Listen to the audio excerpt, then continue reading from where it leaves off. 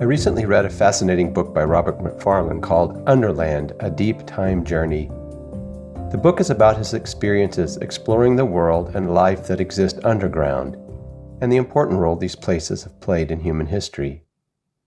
Macfarlane writes, "Since before we were Homo sapiens, humans have been seeking out spaces of darkness in which to find and make meaning.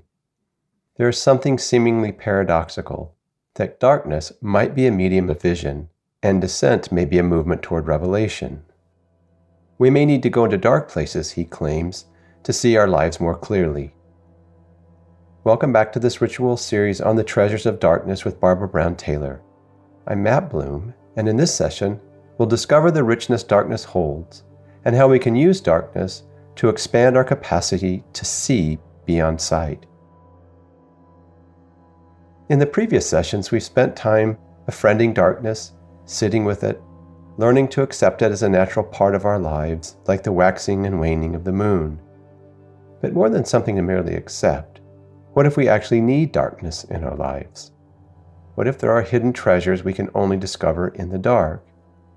And what if darkness is really a way to see things that are hidden in the light? It's enough to say that darkness is shorthand for anything that scares me, that I want no part of.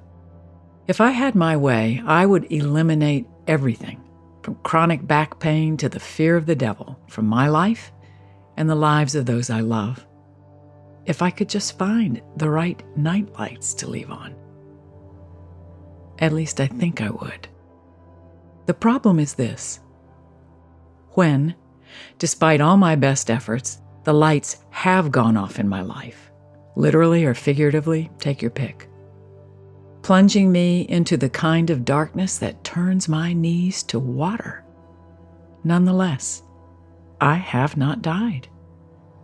The monsters have not dragged me out of bed and taken me back to their lair. The witches have not turned me into a bat.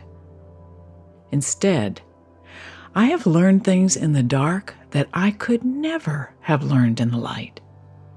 Things that have saved my life over and over again, so that there's really only one logical conclusion. I need darkness as much as I need light. In the light, what we see is often superficial. We see what is on the surface, what is external. Our eyes usually skid over the details of trees, traffic, people, events, and we often miss what is really going on. We often mistake sight with perception. What we see with our eyes is rarely all there is. This is why we need darkness. It allows us to look beyond the obvious, beneath the surface, so we can see what is truly there. Let's take a moment to take that wise guidance a little deeper into our own thinking. We're going to work with a dark experience that has happened in the past. So please take a moment to think about a time that you were in the dark and felt like you couldn't see a way forward, a place in which you maybe felt pain or hopelessness or anger or frustration. Perhaps this was a time when you were in the dark spiritually, or a time in which you were experiencing dark emotions, or maybe it was a dark period in an important relationship.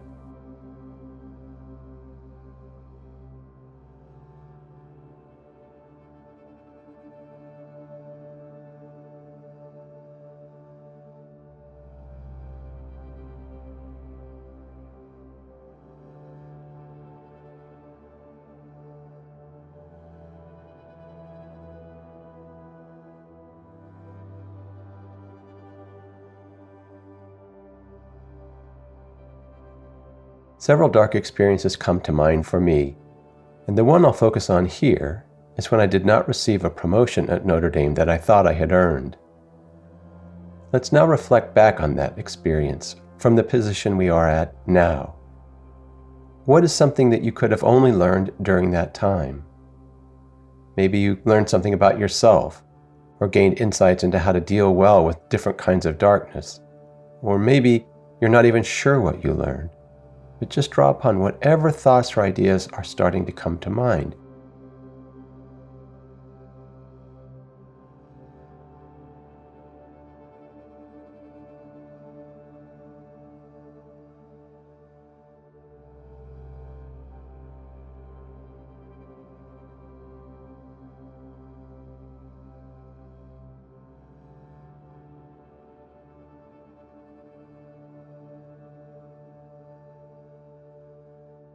Now you're seeing in the dark.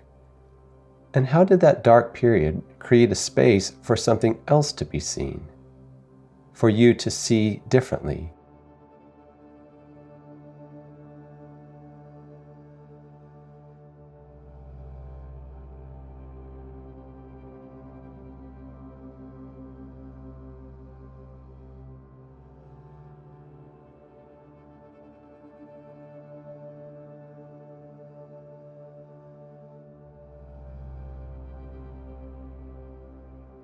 For example, I learned in that dark experience that I cared deeply about offering people real help to strengthen and sustain their well-being.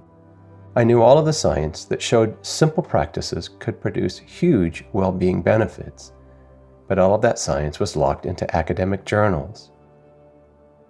The promotion I thought I wanted would have come from publishing more in those journals, and the jolt of being declined opened my eyes to seeing a new path, one that led to ritual. So please take a bit more time to see in the darkness of that moment, to see what will only be clear in that dark experience.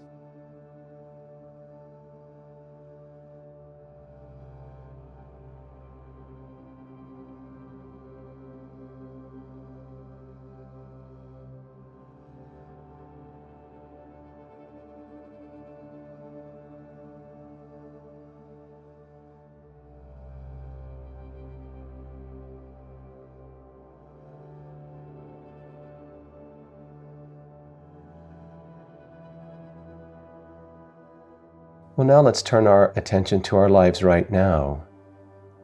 What is a place of darkness you're experiencing in your life in this moment?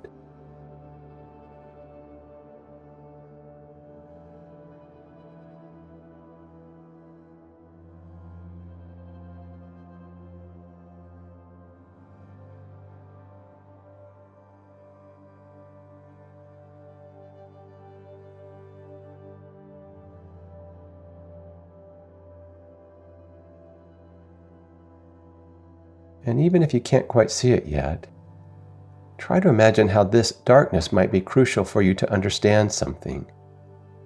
Is it possible to see paths opening up because of that darkness? This is a time to let your heart and mind imagine. See where your thoughts take you.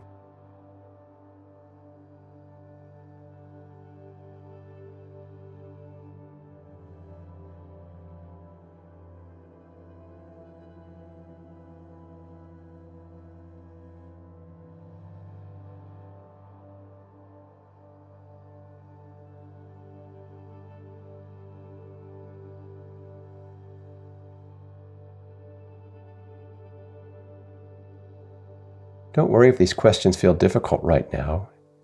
It can be hard to see in the dark because we're so focused on what we can't see. But here again, Barbara offers a very practical way to build our familiarity with darkness and to find other ways to perceive what's going on there. You can be blinded by the light. Light can give you the cheap confidence to move too fast, drive too fast, type too fast. But when you can't see, sound comes alive. And if you look at the way human beings are put together, most of our sensors are in our eyes. So when you shut those down, the ear comes alive next. But you've still got taste and smell and touch, which are the most intimate of the senses. And those get a chance to blossom in the dark.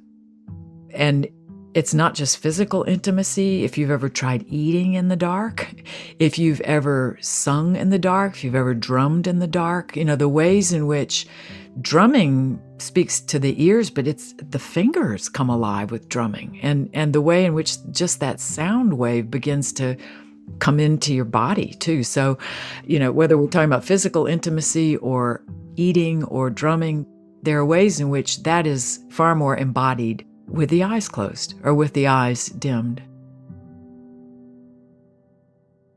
As we think more about this, it's probably becoming clearer to all of us that we truly do need some darkness in our lives. We do need to sometimes descend in order to achieve revelation. But of course, descending into darkness can be a scary thing to do. And so as we close this session, I want to encourage you that you have done good work. You've tried to see in the dark, and the more you do it, the more you'll see. Like all rituals, the benefits emerge over time.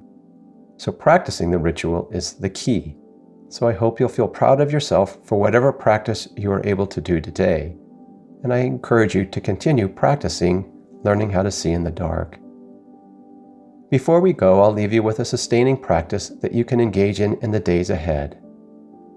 Moving through the world with our eyes closed is not easy. So for this sustaining practice, you might try something a little more playful, a way of seeing in the dark and having fun.